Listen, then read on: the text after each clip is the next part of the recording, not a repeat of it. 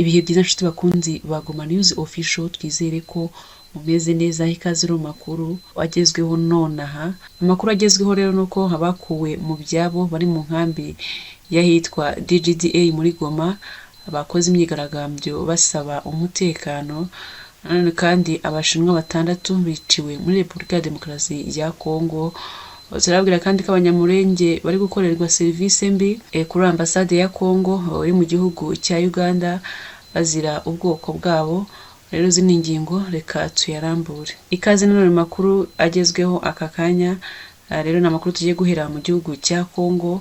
Tubabwira ko abakuwe mu byabo bari mu nkambi yahitwa DGDA muri Goma bakoze imyigaragambyo basaba umutekano. Ni ku gicamunsi cyo kuwa 4 tariki ya 4 z'ukwezi kwa 7 2024, impunzi zicumbikiwe mu nkambi ya DGDA, imwe mu zicumbikiye benshi mu nkengero z'umujyi wa Goma bari mu burasirazuba bw'igihugu cya Repubulika ya Demokarasi ya Kongo, zakoze imyigaragambyo ikomeye yo kwamagana umutekano muke ukomeje kwiyongera mu nkambi z'impunzi zitandukanye muri ibi bice byo muri Goma nk'uko amakuru ahava abivuga. Iyi myigaragambyo yabaye nyuma y'uko mu ijoro rishyira ku wa 4 abitwaje imbunda abataramenyekana babasutseho urufaya rw'amasasu bagakomeretsa benshi bakiba n'ibikoresho. Imyigaragambyo yatangiye hamaze gucaho abanyekongo babarirwa mu magana bashyize amabuye mu mihanda itandukanye yerekera muri iyi nkambi. Izi mpunzi zivuga ko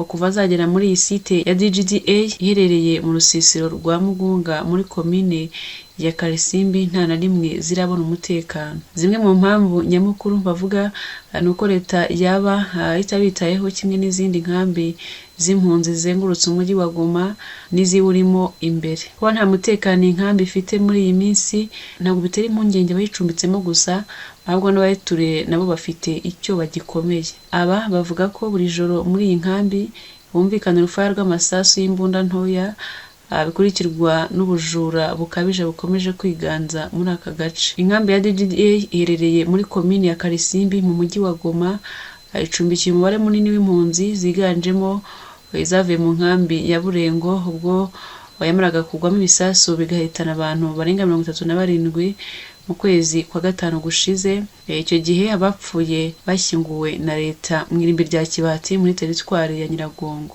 Abakozweho n'ibyo bisasu bahise bava muri iyo nkambi berekeza muri komine ya Karisimbi aho bashinze inkambi ubigizwe n'abarenga 18,000. Andi makuru nuko muri Kongo Minisitiri w'Ingabo mushya ayijeje gukemura ibibazo biri muri FARDC. Kuri uyu wa 4 tariki 4 Nyakanga 2024, umugaba mukuru w'ingabo za Repubulika ya Demokarasi ya Kongo General Christian Chiwewe yamurikiye ubuyobozi bukuru bw'ingabo z'igihugu, Minisitiri w'intebe wungirije hakaba na Minisitiri w'Ingabo mushya Guy Kabongo Mwadiamvita. Hari mu birori byateguwe ku cyicaro gikuru cy'ingabo giherereye muri Kankokoro mu murwa mukuru Kinshasa nk'uko tubikesha Media Congo. Minisitiri w'intebe wungirije akaba na Minisitiri w'Ingabo ku ruhande rwe yagaragaje icyemezo cye ndetse n'icya guverineri yose cyo gutanga ibisubizo bikwiye ku bibazo by'ingabo mbere yo guhamagarira igisirikare kwigomwa binyuze mu gukunda igihugu no kugira imyitwarire myiza kugira ngo barengere ubusugire bw'igihugu.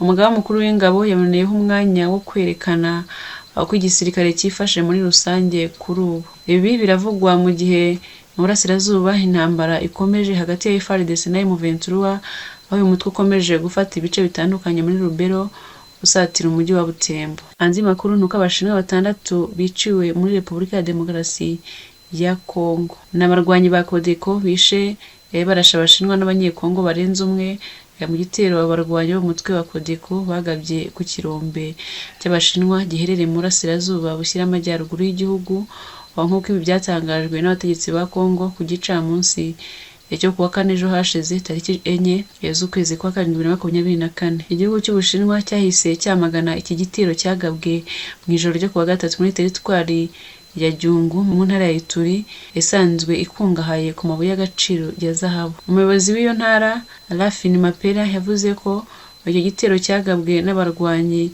biyitirira ishyirahamwe ry'abashaka guteza imbere Congo Codeco cyangwa se Corporation of Development of the Congo rigizwe ahanini no mu bwoko bw'abarendu. Guverineri w'intara yavuze ko abakozi b'abashinwa batandatu n'abanyekongo babiri bari barinze ikirombe baguye muri icyo gitero. Umukozi w'umuryango utabara imbabare Croix Rouge mu karere ka Juga yavuze ko abo barwanyi ba Codeco basanze abo bashinwa bacukura zahabu babasukamo amasasu. Abapfuye bajyanwe mu ruhukiro bwo ku bitaro bya Bunia. Umuvugizi w'igisirikare muri ako karere yemeje uwo mubare, avuga ko umunyekongo umwe na batandatu mu bagabye igitero nabo bahasize ubuzima. Nyuma leta y'Ubushinwa binyujije ku muvugizi wa Minisiteri y'Ububanyi n'Amahanga Mao Ning yavuze ko iki gitero cyagabwe kuri iki kigo cy'ubucuruzi giterwa inkunga na leta y'Ubushinwa cyahitanye abaturage b'Ubushinwa benshi, abandi bakaburirwa irengero. Yavuze ko Ubushinwa burimo kuvugana na leta ya Kinshasa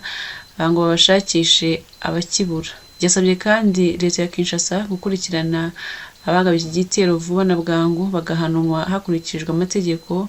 Anasaba ko umutekano w'Abashinwa n'ibigo by'ubucuruzi byabo bikorera muri RDC byarushaho gucungirwa umutekano. Andi makuru, abanyamurenge bari gukorerwa serivisi mbi kuri ambasade ya Kongo iri mu gihugu cya Uganda bazira ubwoko bwabo. Ni ubutumwa bwahawe ubwanditsi bwa MCN butanzwe n'umwe mu bakorewe ako karengane, bavuga ko abo mu bwoko bw'abanyamurenge batari guhabwa ibyangombwa kuri ambasade ya Kongo uherereye i Kampala bazira ko ari abatutsi. Uyu munyamurenge wimwe ibyangombwa kuri ambasade ya Kongo i Kampala azira ubwoko bwe yavuze ko ku wa kabiri w'iki cyumweru yadepoje hamwe n'abandi banyekongo bavuga ururimi rw'igiswahili kugira ngo bahabwe ibyangombwa bibemerera gukora ingendo, ariko ibyo birabura bagenzi be bose barabibona. Avuga ko abadepoje hari abantu barenga 10 kandi bose barashakaga ibyangombwa bya pasiporo, ariko ariwe munyamurenge wenyine, ibyo abandi bose biza kuboneka